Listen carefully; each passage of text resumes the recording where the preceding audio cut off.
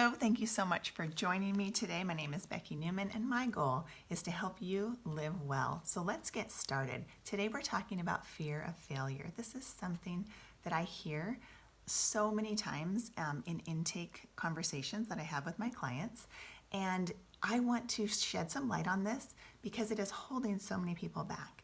Now, I believe that there are two kinds of failure in this world, and you may have experienced people saying that they have a fear of failure. Have you ever heard that? I believe that our language gives us away.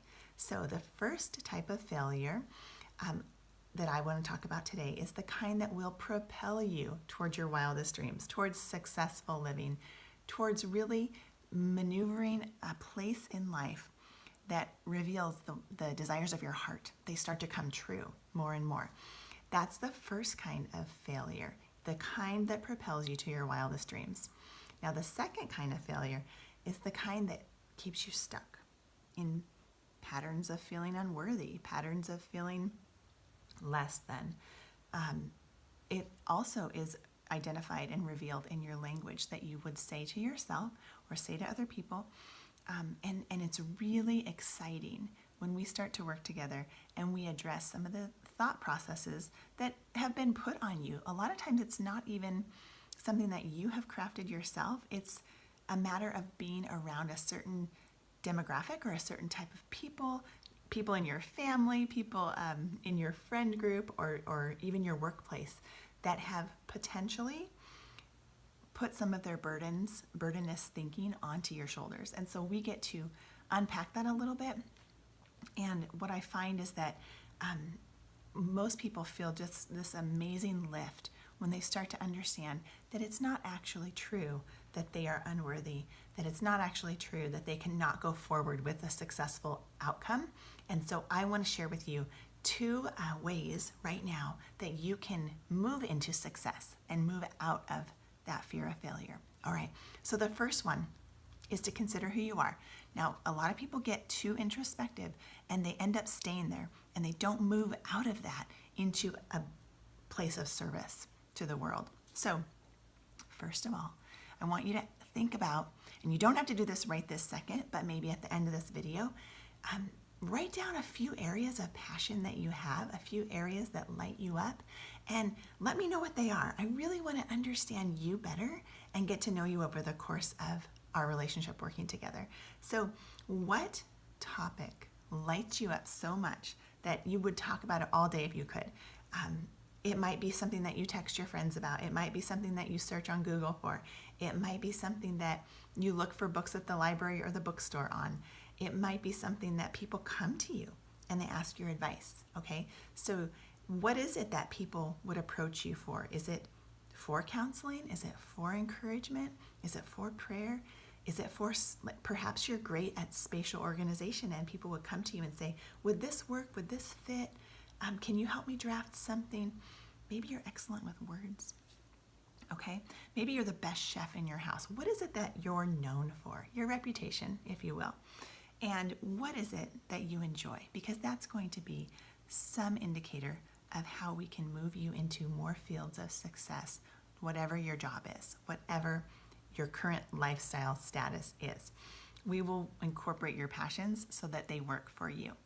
A lot of times people have passions and they're not using them in their current workplace.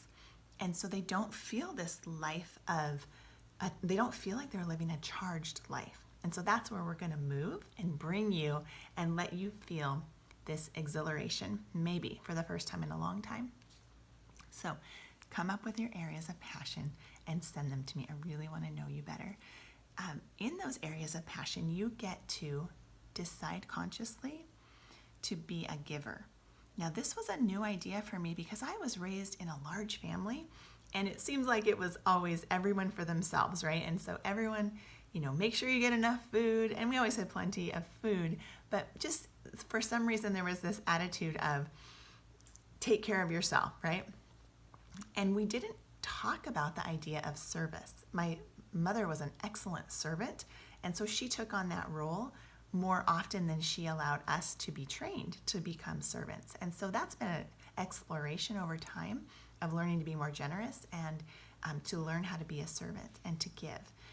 So when I was growing up, we definitely had strategies, to like make sure we got the same TV chair and to make sure we got the bowl of ice cream.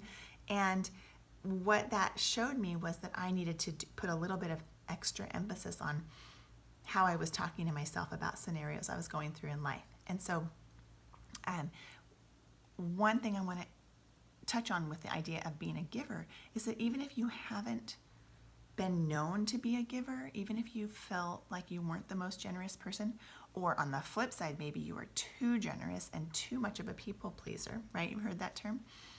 There's still a growth place for you. And I want that to be encouraging, because sometimes we can feel there's so much work I have to do on myself and I just don't even know where to start.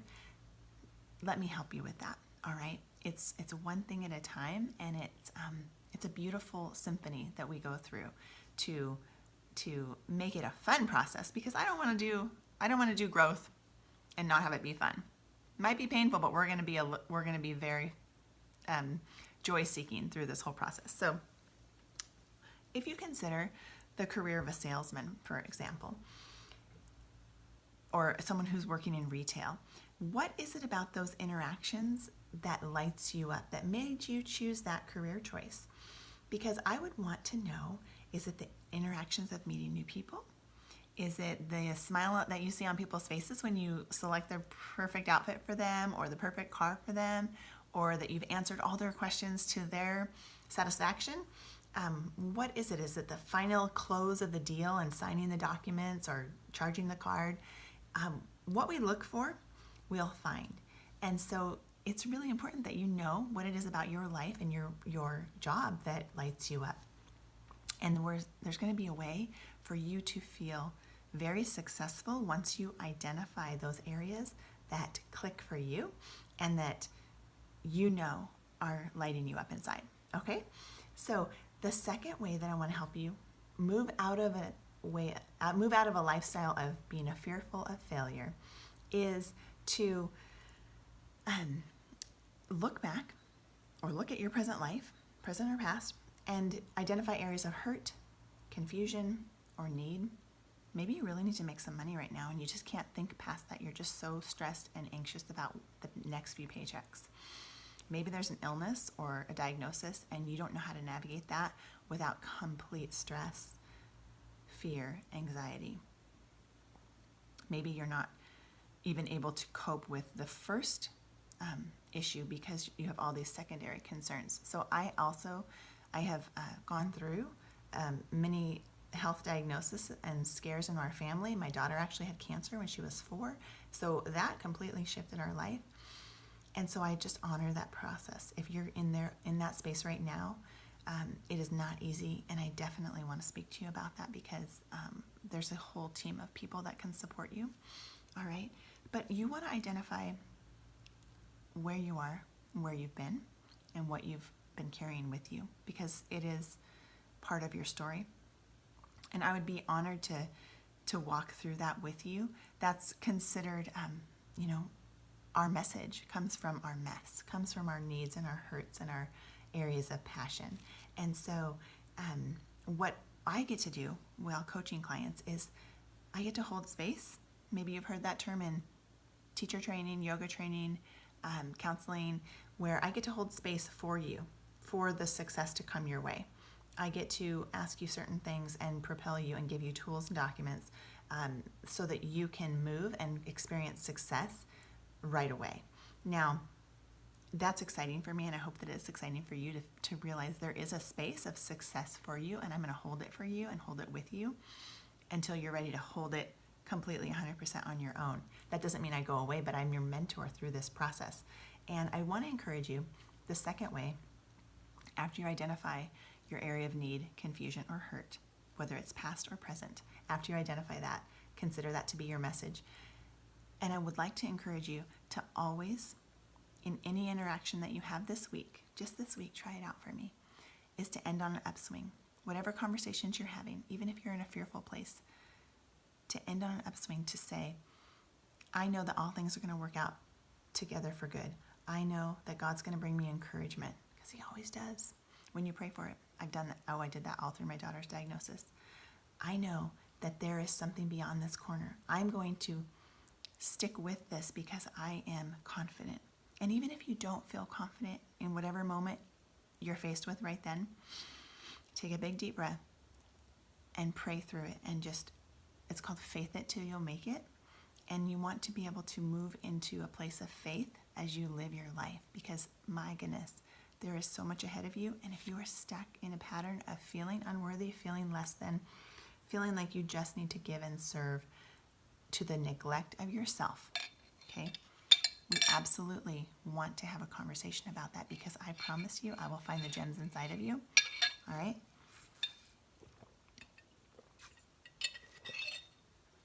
There is so much life to be lived.